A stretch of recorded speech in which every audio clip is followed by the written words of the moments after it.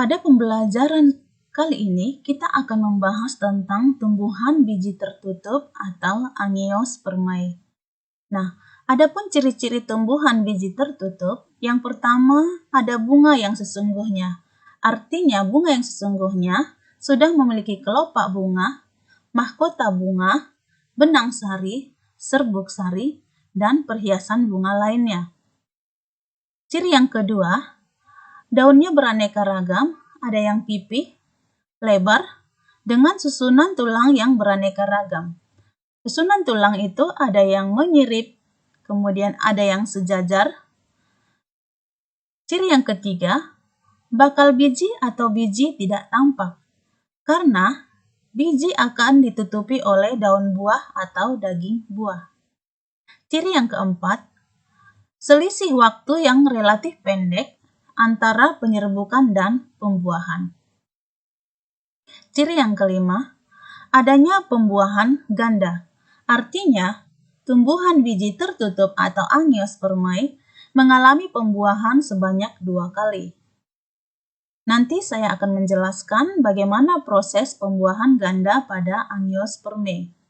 Ciri yang keenam, meliputi tumbuhan kecil, kemudian ada yang berbentuk semak dan perdu, dan ada juga yang berbentuk pohon besar. Nah, perhatikan gambar yang ada di bawah. Gambar yang pertama adalah gambar padi. Padi tersebut termasuk dalam kelompok monokotil atau tumbuhan berbiji atau berkeping satu. Gambar yang kedua itu adalah gambar kacang tanah.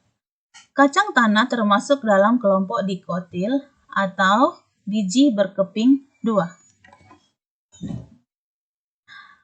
Angiospermae atau tumbuhan biji tertutup dibagi menjadi 2 kelas. Yang pertama kelas dikotil dan kelas monokotil. Nah, perhatikan tabel berikut ini. Ini adalah tabel perbedaan dikotil dan monokotil. Nah, kita lihat dari segi akar. Pada tumbuhan dikotil, akar dikotil itu berbentuk sistem akar tunggang. Sedangkan pada monokotil sistem akar serabut. Sehingga akar tunggang pada dikotil itu umumnya relatif lebih kuat daripada akar serabut. Kemudian kita lihat dari batang dan akarnya. Pada tumbuhan dikotil memiliki kambium, sehingga batang tumbuhan dikotil atau akar tumbuhan dikotil dapat membesar. Sedangkan pada tumbuhan monokotil tidak memiliki kambium, sehingga batang pada monokotil tidak dapat membesar.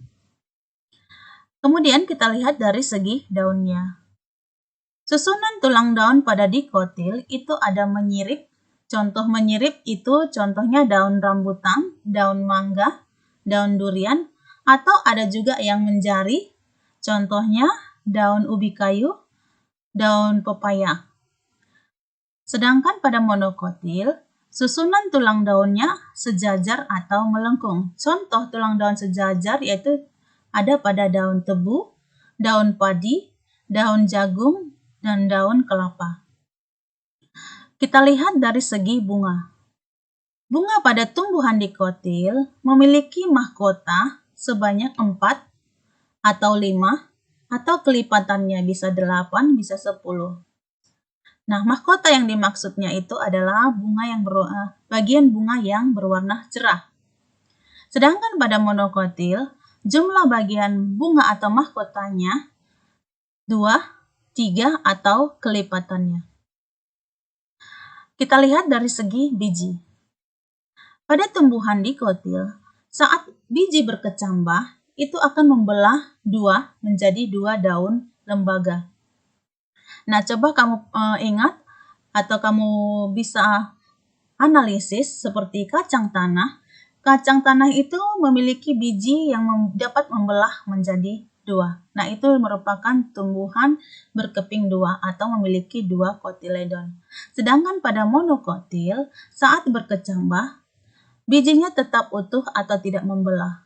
Contohnya jagung, biji jagung, biji padi. Nah, kita lihat dari ujung akar lembaganya. pada tumbuhan dikotil tidak mempunyai sarung pelindung, sedangkan pada tumbuhan monokotil mempunyai sarung pelindung yang disebut juga koleoriza. Yang terakhir kita tinjau dari ujung pucuk. Pada tumbuhan dikotil, ujung pucuknya tidak mempunyai sarung pelindung. Sedangkan pada monokotil, ujung pucuknya mempunyai sarung pelindung yang disebut dengan koleoptil.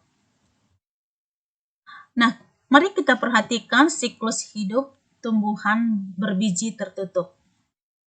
Kita lihat mulai dari bawah, yaitu dari bagian gambar bunga. Nah, itu dikatakan bunga sporofit dewasa yang sudah menghasilkan serbuk sari dan kepala putik. Nah, serbuk sari dengan bantuan serangga atau dengan bantuan angin akan masuk ke dalam putik. Kepala sari itu merupakan mikrosporofit dalam mikrosporangium, sedangkan putik itu adalah megasporofit dalam megasporangium. Nah, putik itu memiliki ovarium. Ketika serbuk sari jatuh ke dalam putik, maka akan terjadi pembuahan atau peleburan. Nah, perhatikan serbuk sari tadi akan mengalami pembelahan meiosis membentuk tetrad mikrospora, kemudian membentuk mikrospora, kemudian tiap mikrospora berkembang menjadi serbuk sari. Sedangkan ovarium akan mengalami meiosis dan membentuk inti sel kandung lembaga, kemudian antipoda dan sinergit. Serbuk sari akan jatuh ke kepala putik atau disebut dengan polinasi atau penyerbukan dengan bantuan angin atau serangga. Nah, serbuk sari yang jatuh ke dalam kepala putik akan melakukan pembuahan atau fertilisasi. Pada bagian ovarium, terdapat 3 antipoda, yang bagian atas titik 3 yang di atas, kemudian yang di tengah ada titik 2 itu disebut inti kandung lembaga, kemudian bagian bawah terdapat 3 bagian, yang di tengah itu adalah sel telur atau ovum, kemudian bagian sisi kanan dan kiri itu adalah sinergit. Nah, pembuahan ganda itu terjadi pada proses di bawahnya, gambar yang di bawah. Inti generatif atau sperma yang masuk ke dalam ovarium itu ada sperma 1 dan sperma 2. Sperma 1 akan membuahi sel telur membentuk biji. Sperma 2 akan membuahi inti kandung lembaga akan membentuk endosperma. Nah, endosperma inilah yang disebut daun buah atau daging buah yang akan menutupi biji yang terbentuk dari fertilisasi sperma 1 dengan sel ovum. Maka terbentuklah biji. Nah, biji ini kemudian akan bisa digunakan atau ditumbuhkan ke media tanah untuk menghasilkan individu baru. Demikianlah proses pembuahan ganda pada tumbuhan biji tertutup. Skema atau daur hidup tumbuhan biji tertutup itu kita bisa amati. Kita lihat dari mulai serbuk sari, kemudian berkembang menjadi bulu serbuk sari. Bulu serbuk sari ini akan menghasilkan inti sperma 1 dan inti sperma 2. Kemudian sel calon kantong lembaga akan berkembang membentuk kantong lembaga. Kantong lembaga ini akan menghasilkan sel telur dan inti kandung lembaga sekunder. Sperma 1 akan melakukan pembuahan pada sel telur menghasilkan zigot atau biji. Sperma 2 akan melakukan fertilisasi atau pembuahan pada inti kandung lembaga sekunder membentuk bakal endosperma atau daun buah atau daging buah. Zigot akan berkembang menjadi embrio. Bakal endosperma akan membentuk endosperma.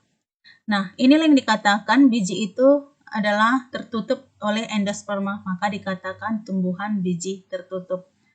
Berbeda dengan gymnospermae, tumbuhan biji terbuka, pembuahan hanya terjadi satu kali, yaitu antara sperma dengan sel telur, sehingga tidak terdapat endosperma yang menutupi biji. Nah, setelah terbentuk tumbuhan biji tertutup, maka tumbuhan biji tertutup ini akan menghasilkan bunga.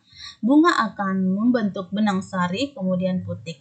Dan kembali lagi siklusnya ke atas. Nah, ini adalah contoh tumbuhan biji tertutup.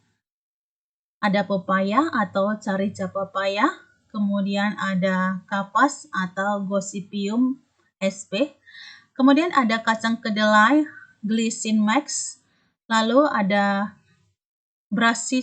Brassica oleracea atau kubis, kemudian ada kelapa atau Cocos nucifera.